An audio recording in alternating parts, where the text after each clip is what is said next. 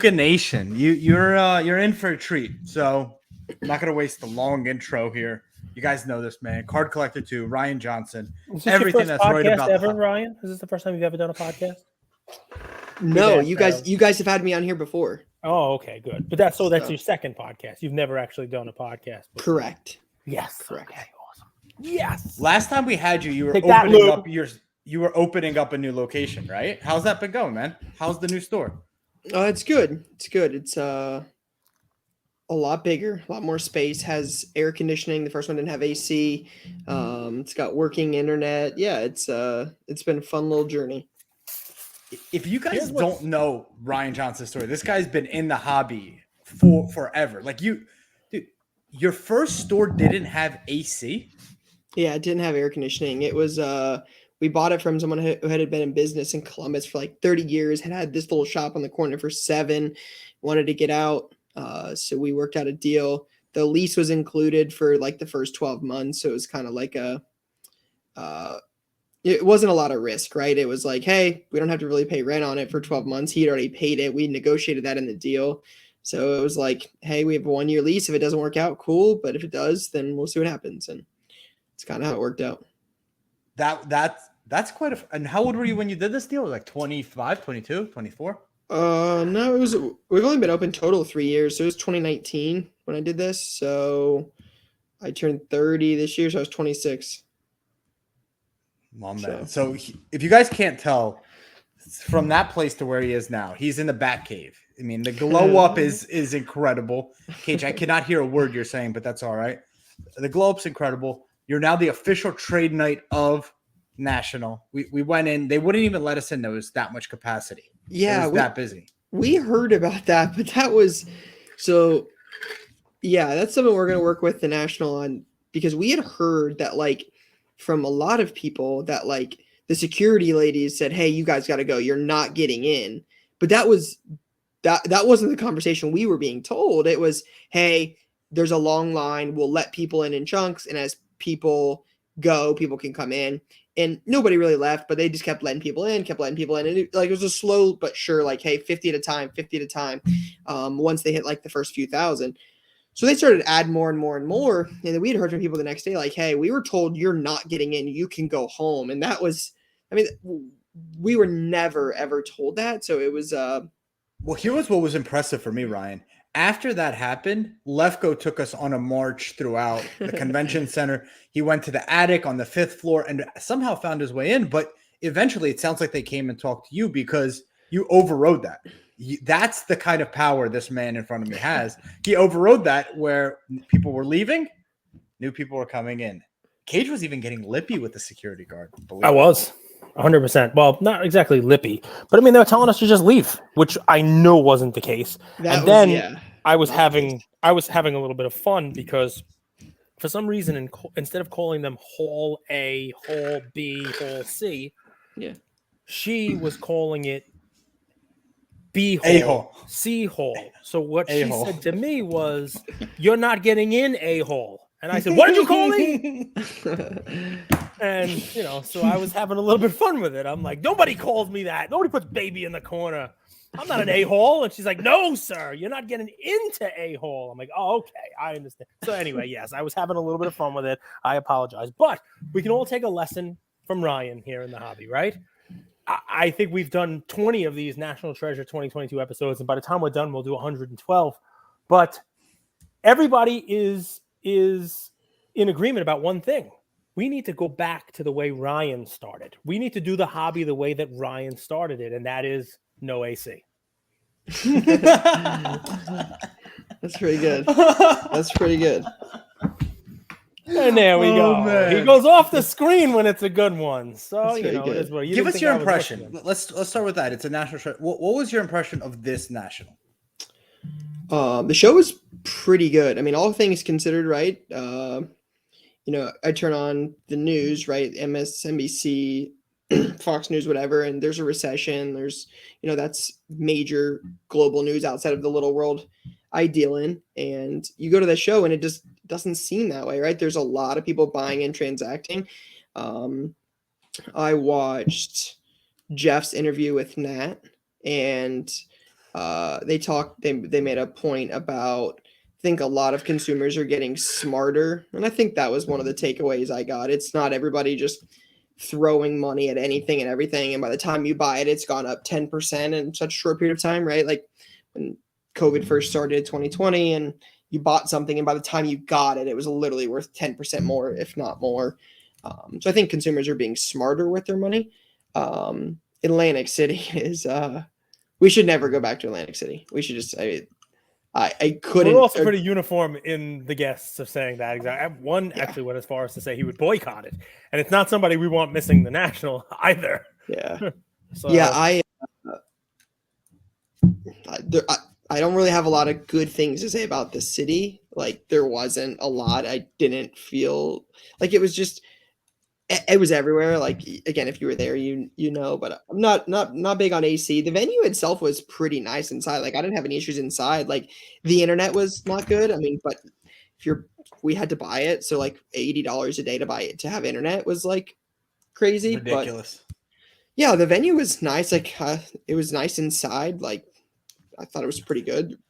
Yeah. I'm gonna put you a little bit on the spot, but I know you're ready for it, man, because something that you do well, and I would only put maybe Mojo in the same category, is whenever you meet kids in the hobby, let's say 18 or 19 and under, you ask them, like, who do you listen to, what content do you watch? CardCollector2. Like almost across the board, everyone says CardCollector2.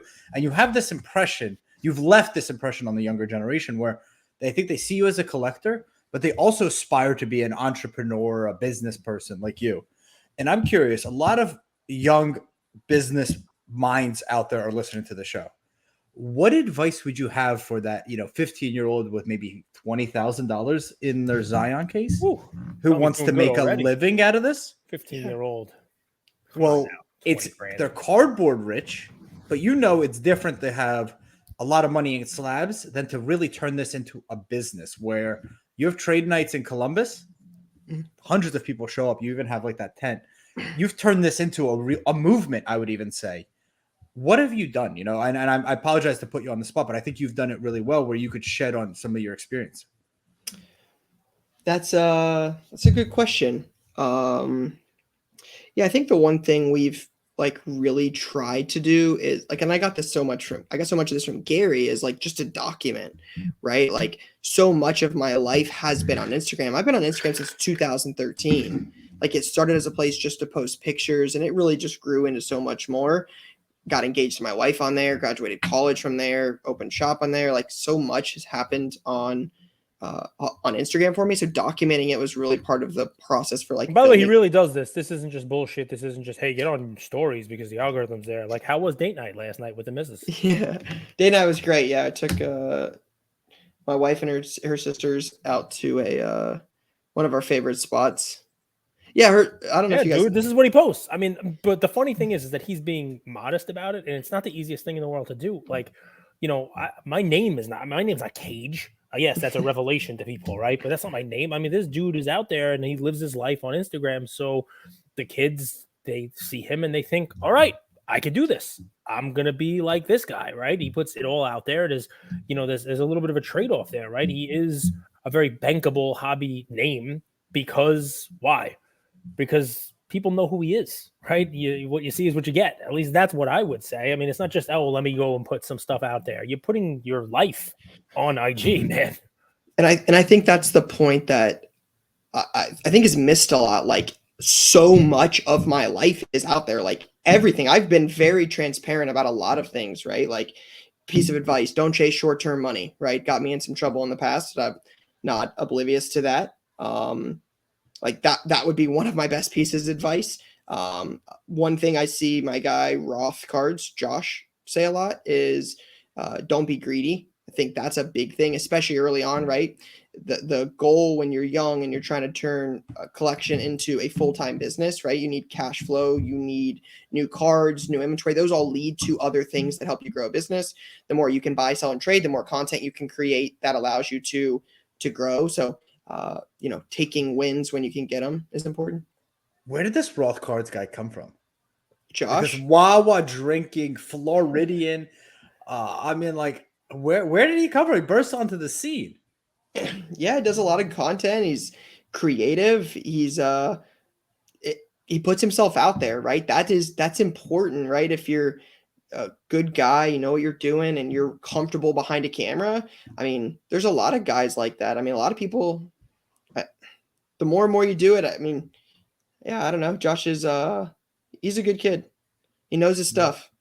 He knows his stuff. So you're saying buy what he buys. Trey Lance, Trevor Lawrence. I'm not saying none of that. Wilson. No. Zach Wilson, flawless jersey number.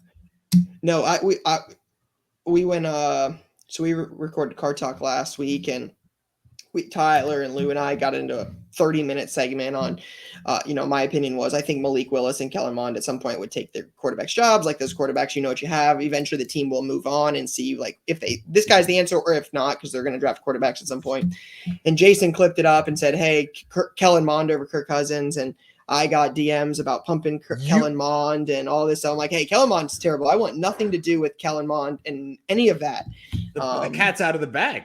Yeah, so everyone started buying Kellen Mond NTs. I want nothing to do with that. The Kellen Mond is not. I do not think Kellen Mond is good.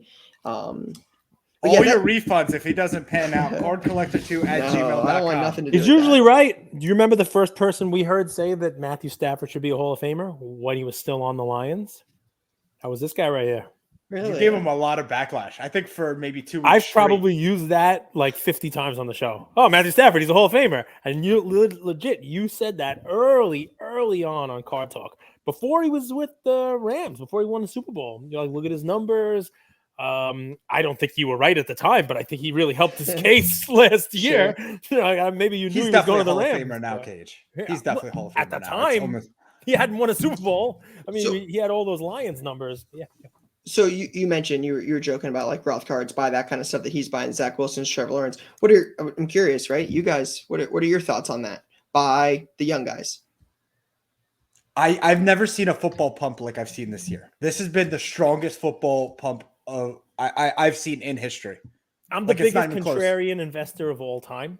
When people are buying good 2012 Prism, I buy 2012 Prism, but crappy, and hope that I can, I don't know about that. More in there. You know a little bit about that, right? So I wasn't buying LeBron, but I was buying like Penny Hardaway and Hakeem Olajuwon. Paul Pierce. The entire registry is Cage's. I bought every 2012 Prism I could get my hands on. But here's what I think I'm going to start doing. And here you go. You want to talk about really cats out of the bag. Don't Kellen Mond me here like poor Ryan, right? But people love young quarterbacks, and people love, speculating on them when they get their chance. And that's why they're paying $30,000 or $40,000 now for Trey Lance, who hasn't actually really had much game play, right? The amount of money being spent for those, and the amount of money being. I mean, look, Herbert looks good. It's a different category. Josh Allen has played a few years. Mac Jones, whatever rookies you talk about, Malik Willis. These people haven't played. So you know what I'm doing? I'm buying the out of 99 RPA National Treasures and flawless, numbered, you name it, RPAs of Jordan Love. That's it. The backups. Cage's first. No, specifically Love. Just Jordan Love? Almost for the same reason as you with Mond and, people doing it with Trask. But Love specifically because my thought is, I mean, where the other guys are 30 or 40,000, he's 1,000. Less than 2,000 for his NTRP at a 99, which seems like a pretty big discount because he's done about as much as Trey Lance has in the NFL. But the difference is Lance is getting an opportunity now on a good team. Now, there are a million different opportunities for Love. Maybe he gets traded. Maybe the Browns sign him because Watson's going to be out till week 13. I'd rather not have that happen, to be honest. Maybe Aaron Rodgers gets hurt. Maybe some other quarterback in a good situation gets hurt and the Packers are able to trade him during the season from a position of strength. Or he's going to play eventually. I mean, he's got to play. So it's sort of like, don't be greedy or don't look for the quick money. This may not be. It may be the quick money. Preseason this week, somebody could break their leg and all of a sudden he's a starting quarterback. I hope that doesn't happen. I never wish a broken leg on anybody, but it's all about the various exits you could have. I could also be holding it for 2 years until he finally gets a shot in Green Bay. Cage just talked about something I don't think we discussed enough. So you sell on Whatnot, right? Mm-hmm. So I do as well. Cage is more of an investor, right? So if I were buying and I needed inventory as a dealer for the Dallas show, for Burbank, or for whatnot, I'd be buying Trey Lance. I had a show on Saturday. The first 2 cards sold was Trey Lance, and it was like that. The guy didn't even negotiate. It was like, I want Trey Lance, right? Yep. Whereas a collector and investor, and Cage wanted to dabble a little because he's really been buying Tim Duncan, if we're going to call it really high end Tim Duncan. Tim Duncan. And I've been buying 90s nice inserts. Right. I just picked up the Star Ruby. Did you? Very cool. I saw the Prism Gold. Yeah, Prism Gold I got too. Yeah, that's a nice one. So thinking through your exit strategy is also interesting. Like, I'm curious for you, Ryan, do you have a PC? Do you buy Ohio State? Yeah, okay, I understand. But like, you need inventory that's always in demand for your store, for your channel. So you're thinking about collecting a little bit differently than most, I would say. Yeah, this is something we've not like. I don't really know if I've talked a lot publicly about, but like with the vault, like we buy so much on a daily basis. Not Burbank a lot, but like we try to buy all the time. So I have cards that go into like different categories. So I have things that like Ohio State, Paige mentioned, like Ohio State, rare 1 of 1, J.K. Dobbins, Zeke, Michael Thomas, like that stuff is Maurice Claret. Yeah, like come on now. The unique, not a ton of 1-on-1s, man. Yeah, but like if there was a Maurice Claret 1-on-1 SP Authentic Patch Auto up for auction, it would be a big deal to me. I would try to win something like that. That stuff is very cool, and I would give up a lot for that stuff. And then I have stuff that's like, hey, I would sell this before my Ohio State PC because I'm a collector at heart. I want the Ohio State stuff, but it's stuff I believe in over 15, 20, 30 years from now. I'm playing the long game here. Okay. So like Brady contenders, I own a few of those, like a 52 man, I have a 52 top set, like Jordan rookies, LeBron autos, LeBron NT base out of like NT out of like 10 or out of 25, like just unique, random, cool stuff. I have a bunch of stuff like that falls into that category. And then we have stuff that's like everyday buy, sell, trade, eBay, whatnot, the shop, our website, those kind of places. So things fall into a couple different categories. So I have stuff that I keep and will keep for, I have some of it right here. Hold on, I'll show you. Sure. And I think it's 100% right. Cause like as a dealer, you like random stuff like Messi, like NT. This is just all literally random. Then you got like 2 Dwayne Haskins. This is stuff like love Jim Brown. Listen, like, this is also it dovetails into what you asked him about. Is that a patch too? Why do the kids love him, right? Why do kids love him, right? I mean, he's building up a store. Why it's bigger and has air conditioning now is kids can come in and flip their inventory. They can sell to him. They can trade with him. He's constantly churning inventory, and that keeps people in the hobby. It keeps not just kids, it keeps adults in, right? You walk in, you want to switch. One of the things about our hobby, especially, the last couple of years, people got real antsy with their stuff. They want to be able to move in and out of cards. And you know what? They might have bought something last week or last month, and they see an opportunity in something else this month that they think is going to be better. Liquidity is a huge thing. This dude, if he's on whatnot and he's in this store and he's always buying, that's why your table's always busy. That's why it's busy at National. They're always making deals. We pass by a bunch of tables where people are like, yeah, I'm not looking right now. Or, hey, I'm definitely not looking for what you have without even looking in their Zion case. Because there's only so many Jared Culver Hoops premium cards you can buy. You know? Sure. But you're always making deals. So yeah, especially with like the kids. Again, like that's something just looking back on my experience. I'm sure you guys have similar ones, but like when I was 13, 14 years old and I went to the card shop, I was a headache. I wasn't an asset. Right, you're not like I was searching for Tom Brady base cards. Literally, it was 02. I mean, I would have been 14 in 06, 13, 14 in 06. So like, I'm going in there. Brady's just starting to win. Looking for Brady base cards. I'm building my Patriots binder with like my Lawrence Maroney's, my Randy Moss, my Tom Brady. Like I'm building binders. I'm going there asking a million questions because I'm excited about the hobby. And to a card shop, I got a little kid spending $10 and bugging the you know what out of you. Like that's not an asset. So when kids come up now and they want to trade, like I don't want to like belittle a kid or make a kid upset or feel like their collection's not good enough. Even if they don't have something we want, we still, I can't always promise we'll get something done, but we try. Like just means a lot to a kid, I'm sure. I'm curious, man. So like I've been selling whatnot, this whole like the packaging fulfillment is a crazy thing. What's a day in the life of CardCollector2 of Ryan look like, right? When do you create your content? Get When to do see you it. work It's in the all on store? IG. There's Well, no secret. It's so funny. We recorded a day in the life video last Thursday. It'll drop tomorrow. It's the first time we've done it in a year. It's actually funny you bring that up. Yeah, so like it just depends. Some days, like Monday, today is one of my busier days. Like, got up this morning, got a haircut, met somebody. How often do you get a haircut? Just once a week. Once a week. Yeah. So my mom cuts my hair and has done it since I was a kid. Me and Jesse. I would say Jesse, every Craig, other week. CardCollector2, and Cage are, that's the podium. Gold, silver, bronze, you guys decide. Best hair in the hobby. Yeah, my you just like the style. We all have very similar hairstyles. Yeah. Yep. That's what you like. You have a type, Andrew. But honestly, you either have to have this hairstyle or collect Pokemon cards. It's not even. Yeah, I like having my haircut, but it's like it's 35 minutes away to get my haircut to like see my mom. So I make phone calls, so like it's a productive 35 minutes. So and I get to see my mom, so it's cool. And then I come back today. I had to meet somebody at the shop at 11.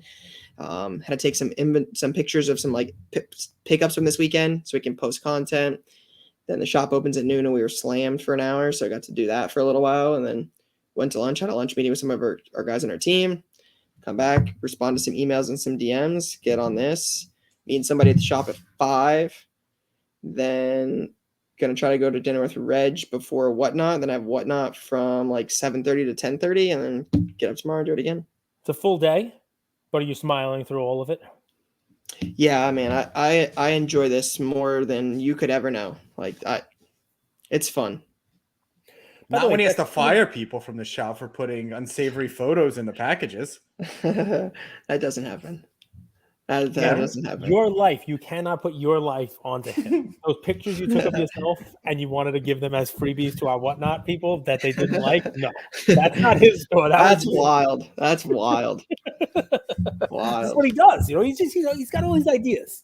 He's like, hey, probably 1 in 10 people will like these pictures of my toes. It's from The Office. But I would really, I know what it's from, pal. I'm just taking it and making people believe that you're actually sending pictures of your feet out to people who win your auctions on Whatnot, because it's totally believable and something you would do. So back to national treasures, because I know you got a time crunch. You got to get back to your office and fire somebody for sending out pictures of their toes, right, Andrew? That's where we're going. So the national, you've been to a bunch. Now, besides the fact that this was in Atlantic City and crappy, what's one thing you saw here that you were like, okay, that's a nice move in the right direction? Or if you want to take it the other way, one thing you saw, you're like, I hope we can not see that again next year. That's a good question. I have them once in a while, Ryan. Usually answer questions. I make the stupid comments and move. You guys ask a lot of good questions. I think I'd be curious to your guys' thoughts on this. Not sure. Zero Cool was an answer we get from a lot of folks, right? That the Zero Cool booth was nice, but it kind of fits both ways because it was part of the corporate expansion, and a lot please. That's what I was going to say. Is I think the corporate expansion is only going to continue to get bigger.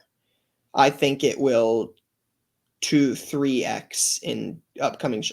Again, I don't know. This is true. This is completely hearsay, but I have been told that they've removed a decent number of booths for next year in Chicago and added a good amount of corporate space. I don't know if you guys have heard that, but that's kind of been rumor that I've been floated, is that some of the booths have been removed and that corporate space has been added. It makes a lot of sense. I saw the clip on you guys posted the other day with Luber about he gave props to, you guys were talking about, it was like about basketball card guy. Yeah, it was talking about designing the Texas Roadshow booth. And what was the other? It looked like an Apple Store. Piece of the game. Piece of the game and Beckett. He was those 3. Yeah. Because he came in my shop like 2 weeks before the national, and we had kind of talked a little bit about that. But like Luber talked a lot about like the corporate, the experience, that kind of stuff. I mean, those 2 booths were rocking. I mean, they were very nicely done, super cool setups. I don't know how to get into the corporate area like that, but I can tell you as somebody that you want to be. Like if I could have a booth like that, yeah, I mean that piece of the game booth, like I would like the ability to like have like the showcase all around. Like I love like that's A+. Couldn't be more sure. Like I anticipate that continuing to be a thing, and the goal of the brands, especially as like brands like CardCollector2. I'm just going to use my brand as an example, right? Like especially as those continue to grow in the hobby, they're going to end up in. I think we're going to end up in the same corporate area as companies like Beckett and Panini and Topps and Zero Cool and Fanatics and places like that. I think it's important to focus on the experience of the customer, not necessarily buying and selling and transacting. I know Zero Cool talked again. I just go back to so much about what I heard from Luber, but when do we focus on the cards? Dude, you could every day. We do it every day on Instagram and whatnot and eBay. So is that really where, I mean, it's a valuable question, Andrew, because some people would answer it and say the National was always about the cards and they'd rather see the guy who wears the same t-shirt for 5 days and he's got his binders with boogers on him, and that's been the National forever. So he wants to keep it that way. But they're missing the bigger point of why that's changed. It's not anyone sitting in this room that's changed it. It's technology that's changed it. The buying experience online is a way better experience than buying in person. Okay, but if that's the case, then why have a National at all? This is a good conversation. This is a very good conversation. I love it. Not for buying, for making connections, for brand building, for creating experiences, for people that can eventually transact later on. To acquire a customer, not to transact. Card Collectors Convention. It's not the industry summit. So like there are other events that are for making connections, that are corporate, for businesses to go and shake hands and do that other fun stuff. Is this now taking away from what the event's supposed to? I don't have an answer, guys, but I like the conversation, right? There are other events during the year. And I guess my question, Ryan, as someone who's been there more often than I've been, and you've been in the hobby for a long time, if the National gets too corporate, does another event pop up that's more about the cards? Yeah, that's a really good question, because originally I think I agreed with Andrew's point. Like, if we didn't sell a card the entire week, but we made connections with people in the industry, we made relationships, that would be a win. Like we would view that as a win. But the more I think about it, you said there's other events, and that's true. Like literally 2 months later, the summit happens. That's essentially what the summit is meant to be. Correct. Is what the National may end up developing into with these corporate spaces. The only difference I would say about that is, from my understanding, right, I've only been to the summit one time ever, and I didn't really know about it for the longest time. When I went to the summit, I felt it was podcasts and card shops and breakers and auction houses and grading companies. It was all of the people that like have major companies and are like building something. It wasn't your everyday end consumer. Right. So little Johnny and Jimmy that might watch our YouTube channel, they're not there. Yep. Right. So my opportunity, or any company's opportunity to engage with them in a face-to-face format, does not exist at the summit. So Ryan, think about this for a second, because I'll give you a real world example, and you'll know where I'm going probably pretty quickly because you're pretty smart. I mean, if Tyler was here, I'd have to explain it twice. But so love you, Tyler. Dude, strays everywhere. Here you go. You ready? So there was this mall I used to go shopping in all the time, right? Great stores, great stores. And I used to buy my jeans there. I used to buy my T-shirts there. I used to buy clothes there, sunglasses. The Spearmint Rhino is not a mall. So it's just a strip. Never heard of it. What's the Spearmint Rhino? All right, let me look this up. Look it up. Has some really good Andrew, come on, behave. It's a family show. What are you doing here? So anyway, it was a great mall, and the stores were great, and people went there for the stores. They went there because they were, as you talked about, the end consumer. But as the mall was great and had all these people shopping there, what wound up happening was the food court got overhauled, and they brought in Chick-fil-A, and they brought in Five Guys, and they brought in Johnny Rockets, and they wound up expanding the food court because they wanted to serve all of the people who were coming to shop in these high-end great stores. And what wound up happening was the food court started to expand and take over some of the stores, and this mall became known after a year or two, 50-50, great high-end stores, the ones that were remaining, lost a little bit of the boutique shops, some of the cool places that I like to go and buy kicks in, and you name it. And the food court expanded, and it was 50-50, and for a little while it was great. But then the food court continued to expand with all these great restaurants, and the mall became empty because what happened was it got out of balance. People were going there to shop, and because the people were going there to shop and buy, it became where the consumer, the people, little Johnny, as you talked about, would go with their mom, their dad to buy their clothes. They'd stop and they'd buy food, right? They'd stop and they'd go to the food court. But when it became just a food court and no one was going there to buy their clothes anymore, no one was going to the food court anymore either. So we have a weird spot we're in right now where the corporate section, look at Andrew, I make some points. It takes a while to get there, but you know what I'm saying. That corporate area is the food court. It's expanding because the people in these businesses, they want to meet Johnny, who's coming to look at cards. It's a nice to have, but it's not the draw. Because you're not in the corporate center. You're still making deals. You're still doing cards. You still have your binders. You still have your dollar box. You still took your time to do all that stuff. But as that food court, as that corporate area expands, guess what? The kids aren't going to be coming. And you're going to have the corporate people shaking hands with each other. Or shaking something else. That's my concern. And I'm not saying that happens in Chicago next year, but there is this happy median where if it becomes 2/3 of the area is corporate, is the average Timmy and Johnny going to go there to wait online for 12 hours for a zero cool Stranger Things vending machine? No, it's a novelty when it's a one-off. But when everybody's doing these crazy booths and nobody's doing, value boxes and junk slabs and Ryan Johnson meet and greets, when no one's doing that, then who gives a shit? The kids aren't going to go. The collectors aren't going to go. So that's what gets me a little concerned about the corporate expansion. I know it's good for the hobby, but it can go too far. I can't disagree with that. I think there's stay out of the corporate area, Ryan. You stay where you are. I think there's a fine balance with it, right? Like the booth we had was, part of it's twofold. One, I like the corporate setup is nicer. Like I think some of those booths that, John helped design looked really, really good. And then part of ours is like, hey, ours was really, really small. It was kind of crammed. We were in the corner. Like it wasn't ideal. But yeah, I think it's important. I don't disagree that the point of like, you have to have card people there to buy, sell, and trade. Like there has to be transacting going on. I just don't see it going away completely. I think it will continue to grow, but yeah, I think the point is fair that if you take away more and more vendors and it becomes, you just continue to add to corporate and take away, that's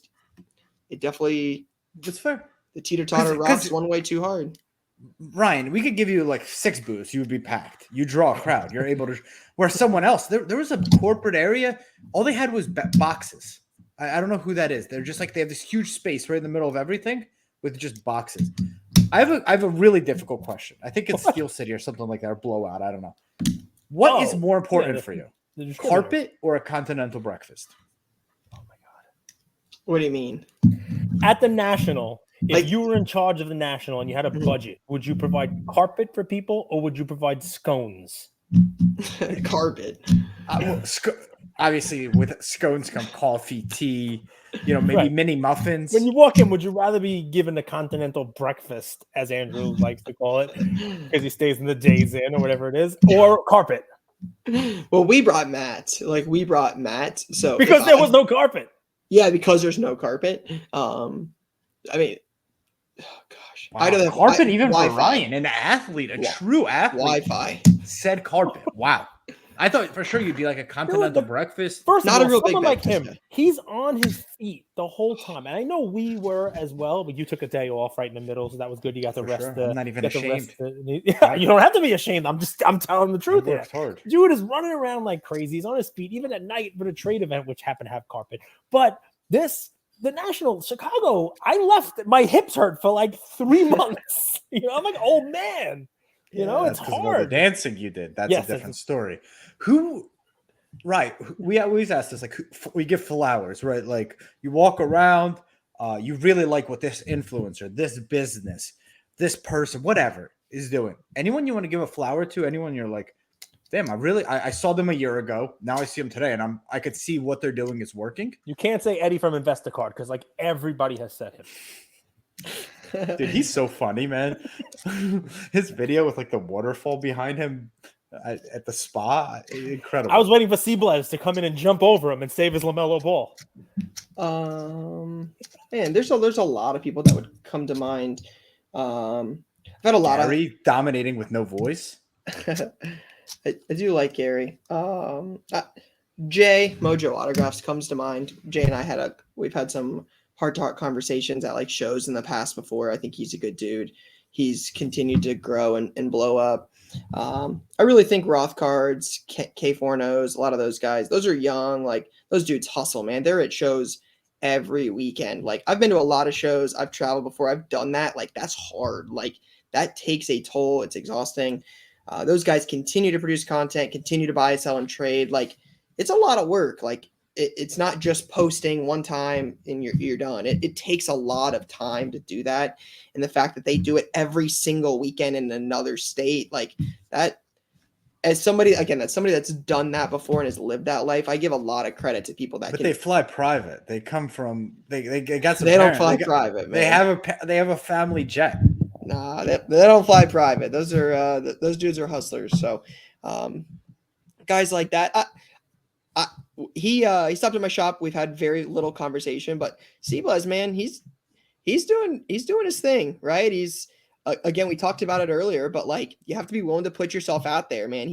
He does a lot of content. Some of it's funny. Like he's a smart kid, knows what he's doing. He's we've had the conversation the opportunity to talk in store before. I think they're doing some big stuff. And then another guy like out of the blue would be like Tracy Hackler.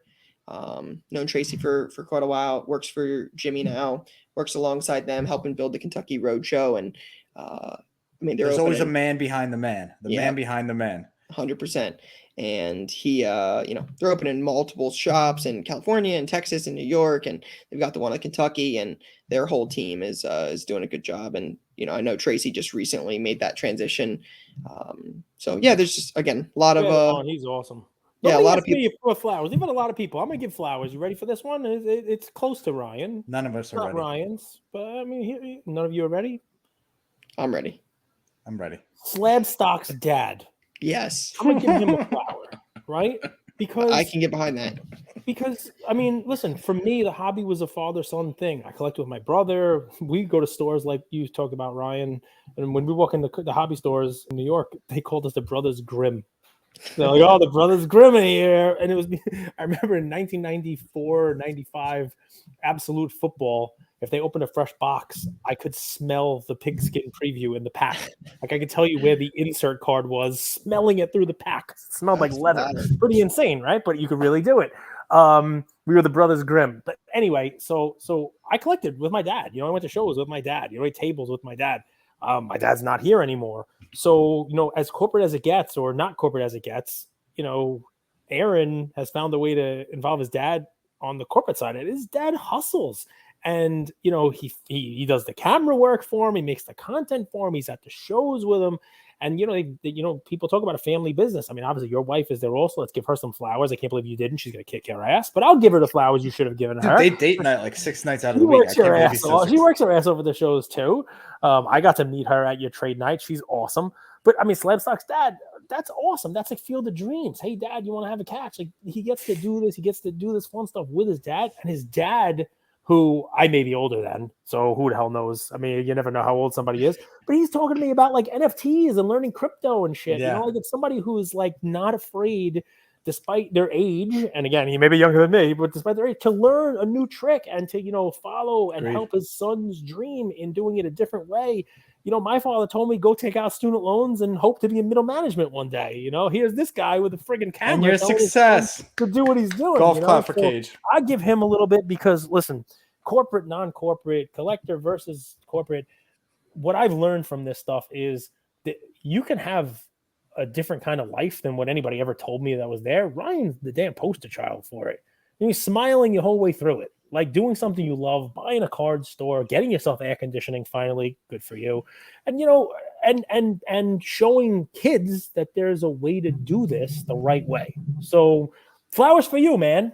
Flowers for Slabstock's dad and flowers for you. Their dynamic is hilarious too, by the way. Like the dad is the goofy one, Aaron's like hella serious.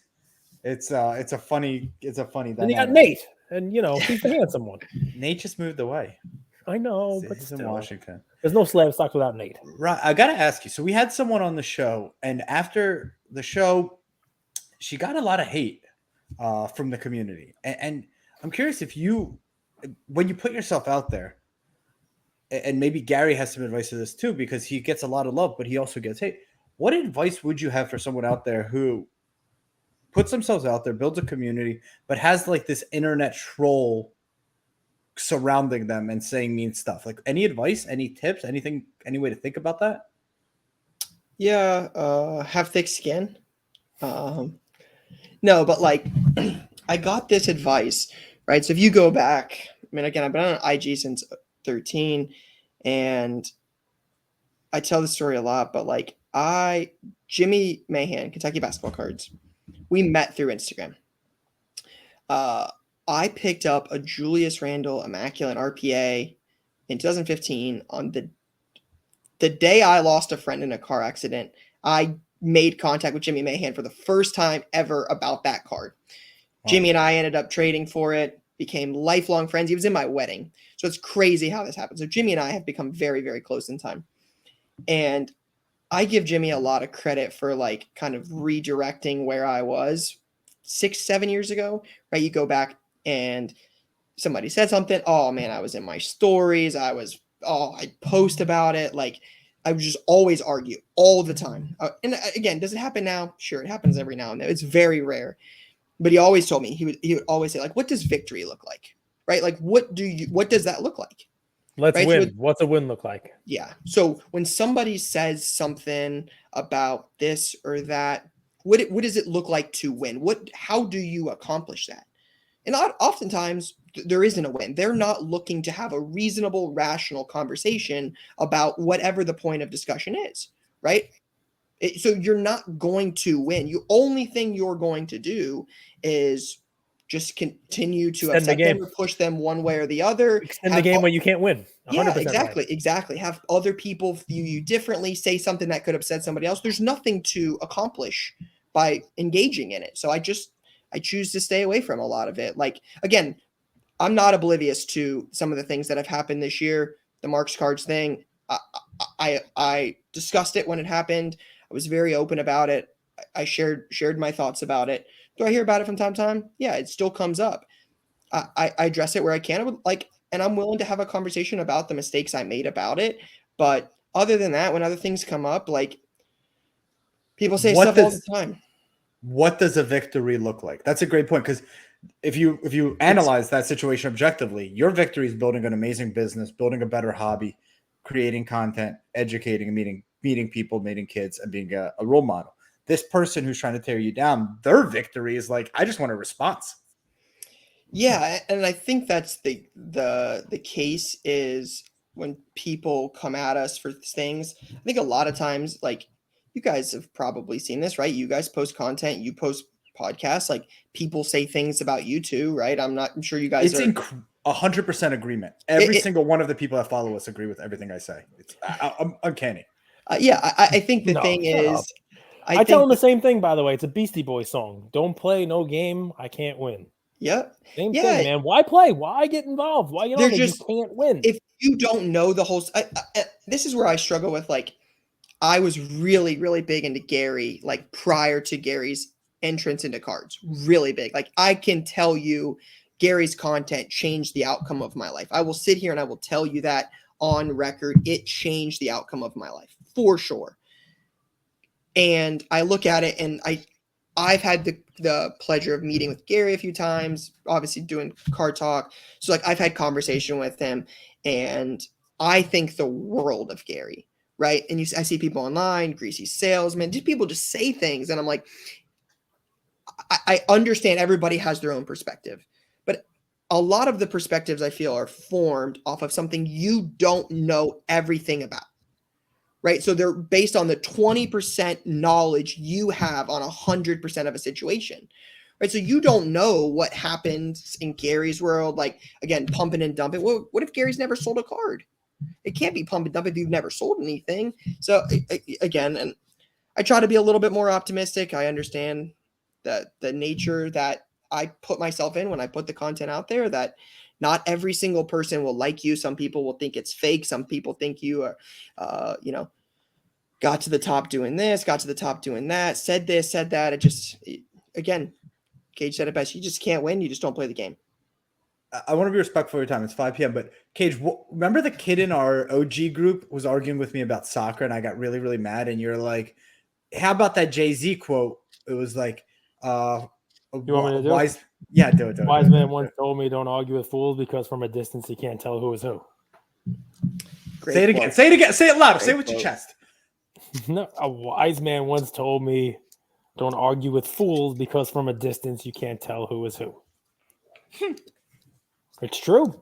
Speaking of fools, entering the cage before we let you go. I'm the fool. It's got to sell some cards. Do you know who CardCollector2 is? I do not. And if we found him, hypothetically, would you fight him at the next national? Like to the death or like boxing? No, for the right to that damn name. Listen, boxing.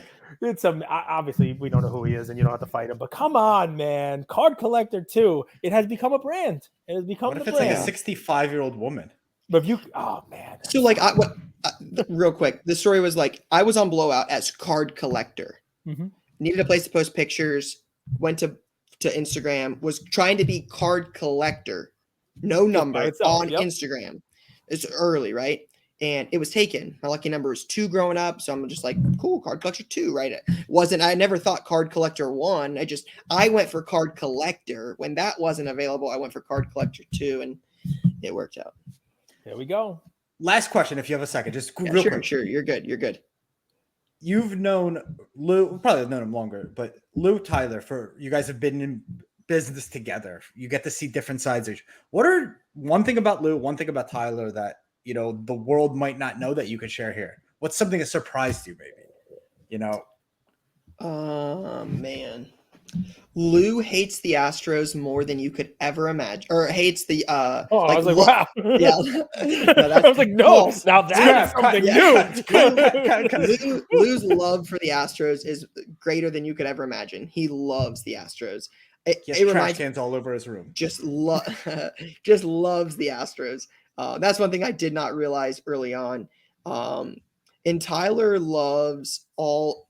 Oh man, Tyler's so into he's into all of the fringe things, like the things I know nothing about. Like that is Tyler, like tennis, golf. Like Tyler knows all that. They are like 2 of the most genuinely good people I've ever met. Like we've been connected for a few years. We talk a few times a week. We do the podcast.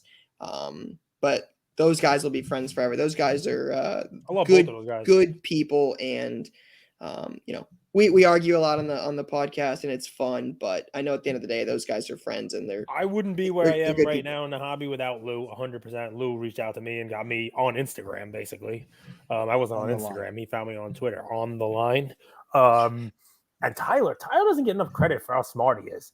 I did a panel with him right after your panel at the National, and NFT one, right? Yeah, and I mean, listen, everyone's asleep when you start talking about NFTs, but he made a lot of really good points. I mean, held up his iPhone and hey, this didn't exist 15 years ago, so think of where we're going to be. And it's an interesting way of looking at stuff. Yeah. Doesn't always hit home in the most exciting way, but he's smart. You know what I mean? So It is what it is. We talk about NFTs, people are just going to fall asleep. Part of it. I fell asleep on stage. It just happens. It is what it is. Andrew, anything else, or we'll let this guy go? He has a meeting. Well, actually, you're in a different time zone. You got time to no, I'm just kidding. You got time to go. You got time to go. Andrew, anything else? And congrats to Jason Koppel. I think he got a promotion. I think I saw head of right. I mean, I don't think I'm misspeaking. Head of what? My headphones keep dying, guys. I'm sorry. I mean, listen, leave it like that. He could be the head of everything. I mean, I didn't even hear what it was. He got engaged. So he's no longer the head of his relationship. Yeah, that's a good way of looking at it. This is kind of how this rolls. I met your wife. She was awesome. She did not say, "Get the hell away from me. It's trade night. Leave me alone." So, which I probably would do. You guys had to be killing yourselves that night. I mean, so many people. Thursday's the longest day for sure. Thursday's a long day. like, because we don't get to go home and like do anything different. You just straight into setup, and you set up 3 hours before, get everything ready, and then you're there an hour and a half after cleaning up, and you start at 7:30. So I mean, Thursdays just, I mean, I think we were there for 19 hours straight. Like, Thursdays are rough. Well, man, listen, I hope to make it to the next one. That's fun, but chances are there's going to be security outside telling me I'm an a-hole again, and it happens. It is what it is. Ryan, thank you. Thank you for being so generous with your time, man. I wish you all the success. Absolutely. Luca Nation, CardCollector2 on Instagram. Please give him a follow. I'm sure most of you guys already are. Any final words before we wrap, my friend? Nah, be good to each other. You never know what somebody else is going through. So thank you all for listening to another episode of Lucas, Tigers, and Bronzo My.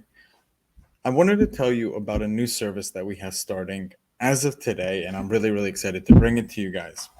So as a part of our partnership with SGC, we got 50 free submissions every single month, and many of you have taken advantage of that. And it's amazing that we could have the opportunity to 650 episodes, 675 episodes in, to go ahead and give back to our community. As people were sending those cards in, they asked, can we send 5, 10, 20 more cards to you guys? We'll pay for it, but we wanted them graded with SGC. You guys know SGC is turning cards around in 13 to 14 business days, have incredible customer service, and their secondary market values are going up day after day after day. And that's exciting for the hobby and exciting for the grading landscape. So we didn't want to just rush into it. We wanted to do it right. And what we did was I relocated here to Boca Raton, Florida. I opened up a P.O. box maybe 5 minutes away from SGC, and I will be hand delivering and hand picking up the cards. So you don't have to worry about anyone else touching your cards. It will be me, and I will update you every step of the way. So here's how it's going to work. I'm going to personally pick up the cards from a P.O. box, prep them, new card saver, new penny sleeve, and deliver them to SGC every single Tuesday. Why Tuesday? Well, it lets the stragglers over the weekend come back through on Monday and gives me a day to prep, and it basically gives SGC the entire week to work on grading those cards. Once your cards pop, only then at the end of the process will you be paying for the service. It's $25 per card, simple as that, and the turnaround times have never been faster. We're hearing right now 13, 14, less than 20 business days. So there it is. 9170 Glades Road, number 135 is the P.O. Box in Boca Raton, Florida, 33434. 9170 Glades Road, number 135, Boca Raton, Florida, 33434. Of course, you could shoot me an email or shoot me a text anytime, and I'm always available. Many of you already have my email. It's iamandrewgoldberg@gmail.com. or my cell phone number, 215-519-9154. Reach out with any questions. I could walk you through the process. I've hopped on the call with quite a few of you, and I'm happy to do that. Love you, Luca Nation.